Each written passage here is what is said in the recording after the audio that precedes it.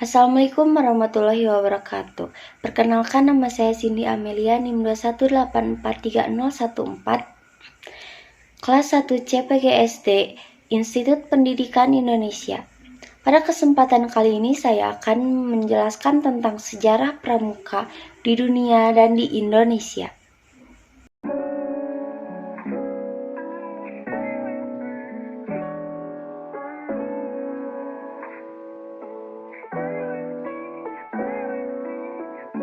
Sejarah kepramukaan, kepanduan dunia dan Indonesia.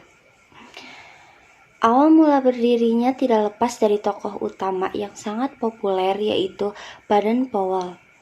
Nama lengkapnya adalah Lord Robert Stephenson Smith Baden-Powell of Gilwell, dan lahir di Inggris pada 22 Februari 1857. Baden-Powell disebut sebagai Bapak Pandu Dunia karena telah berhasil mendirikan organisasi kepanduan untuk pertama kali, yaitu di negara Inggris. Sejarah pramuka dimulai dari Inggris, menyebar ke seluruh dunia, dan akhirnya sampai di Indonesia. Pramuka adalah singkatan Praja Muda Karana. Pramuka menjadi kegiatan ekstrakurikuler wajib yang ada di sekolah. Kepanduan, atau kita lebih mengenalnya pramuka, telah diterima oleh masyarakat dunia internasional secara luas. Sejarah pramuka di dunia. Sejarah pramuka kepanduan dunia dimulai pada tahun 1901. Baden-Powell menulis buku berjudul Aids to Scouting.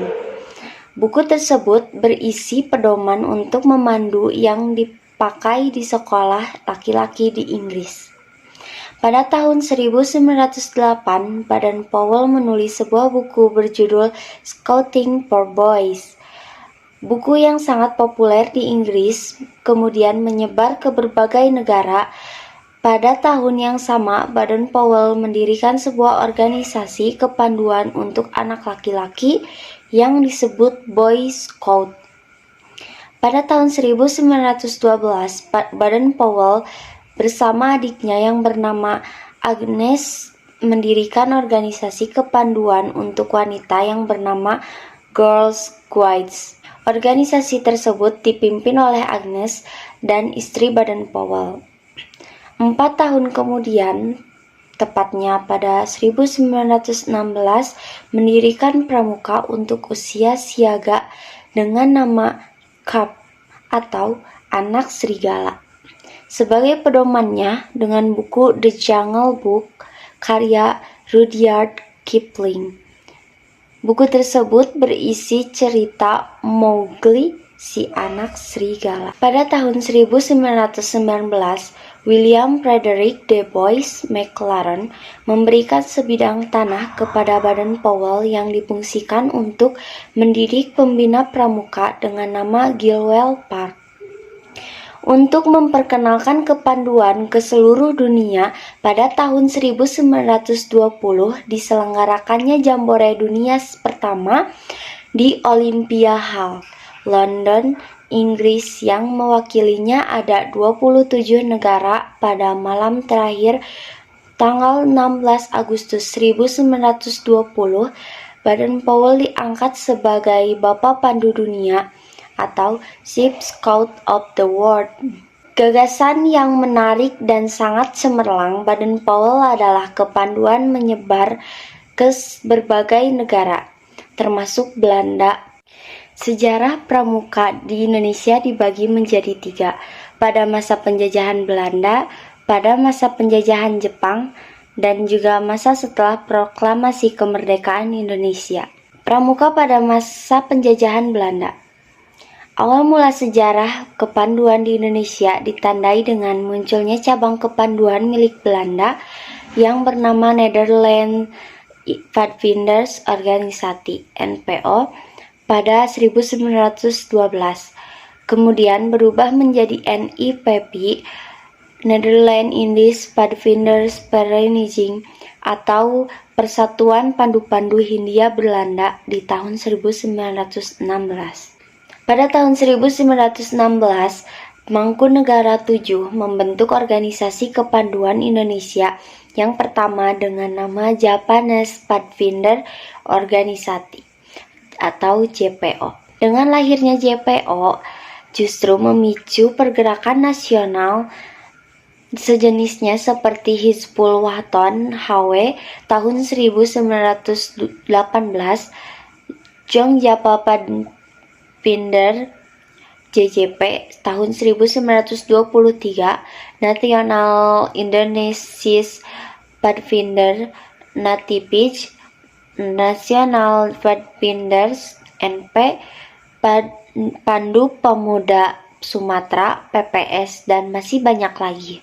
Konsep penyatuan organisasi pramuka kepanduan dimulai pada tahun 1926, yaitu lahirnya Indonesian Pathfinders Organisasi INPO sebagai bentuk peleburan dua kepanduan Jong Indonesian Pathfinders Organisasi JIPO dan National Pathfinders Organisasi NPO. Semakin banyaknya organisasi pramuka kepanduan milik Indonesia, akhirnya Hindia Belanda melarang penggunaan istilah Pathfinder, maka dari itu Kiai Haji Agus Salim menggunakan nama Pandu atau Kepanduan untuk nama organisasi pramuka di Indonesia. Setelah deklarasi Sumpah Pemuda, kegiatan pramuka semakin diminati dengan ditandai berdirinya Pandu Pemuda Sumatera PPS pada tahun 1930. Persaudaraan antara Pandu Indonesia PAPI tahun 1931, kemudian pada tahun 1933 terbentuklah Badan Pusat Persatuan Kepanduan Indonesia BPPKI. BPPKI melakukan kegiatan perkemahan kepanduan Indonesia umum Perkino. Perkemahan itulah yang menjadi cikal bakal kegiatan Jambore sampai sekarang ini. Pramuka pada masa penjajahan Jepang. Pada masa penjajahan Jepang, kegiatan dan unsur-unsur pramuka kepanduan di Indonesia dilarang. Banyak tokoh-tokoh masuk ke badan bentukan Jepang seperti Keibondan, Seinendan, dan juga Peta. Jepang menganggap kegiatan pramuka di Indonesia dapat memicu persatuan dan kesatuan rakyat. Walaupun demikian, dengan tekad yang kuat, pemuda menjalankan kegiatan Perkino II untuk memperjuangkan kemerdekaan bangsa Indonesia untuk melawan penjajah Jepang. Pramuka pada masa setelah proklamasi kemerdekaan. Setelah proklamasi kemerdekaan Indonesia, terbentuklah Pandu Rakyat Indonesia di Solo pada tanggal 28 Desember 1945 sebagai tempat untuk menyatukan pramuka di seluruh Indonesia. Seiring keberjalanannya sejarah organisasi pramuka atau kepanduan yang jumlahnya sudah ada ratusan dibagi menjadi beberapa federasi karena banyaknya organisasi justru menimbulkan kelemahan. Maka dari itu dibentuklah Persatuan Kepanduan Indonesia Perkindo. Namun kendala lain masih terjadi karena kurangnya kekompakan antar anggota yang tergabung di Perkindo. Tahun 1961, kepanduan di Indonesia yang terpecah menjadi 100 organisasi terhimpun dalam 3 federasi, yaitu Ikatan Pandu Indonesia IPINDO berdiri pada 13 Desember 1951, Persatuan Pandu Indonesia POPINDO berdiri pada tahun 1954 dan Persatuan Kepanduan Putri Indonesia (PKPI). Berdasarkan keputusan Presiden Republik Indonesia nomor 238 tahun 1961 tentang Gerakan Pramuka pada tanggal 20 Mei 1961, ditandatangani oleh pejabat sementara Presiden Republik Indonesia Insinyur Haji Juanda pada tanggal 14 Agustus 1961, ditetapkan sebagai hari lahirnya Gerakan Pramuka. Maka dari itu, setiap tanggal 14 Agustus kita selalu memperingati hari ulang tahun Gerakan Pramuka. Mengenal Bapak Pramuka Indonesia. Sri Sultan Hamengkubuwono IX merupakan salah satu tokoh lahirnya Pramuka Indonesia. Dia pernah menjadi Ketua Kuartir Nasional Kuarnas pertama sejak Pramuka berdiri pada tanggal 14 Agustus 1961.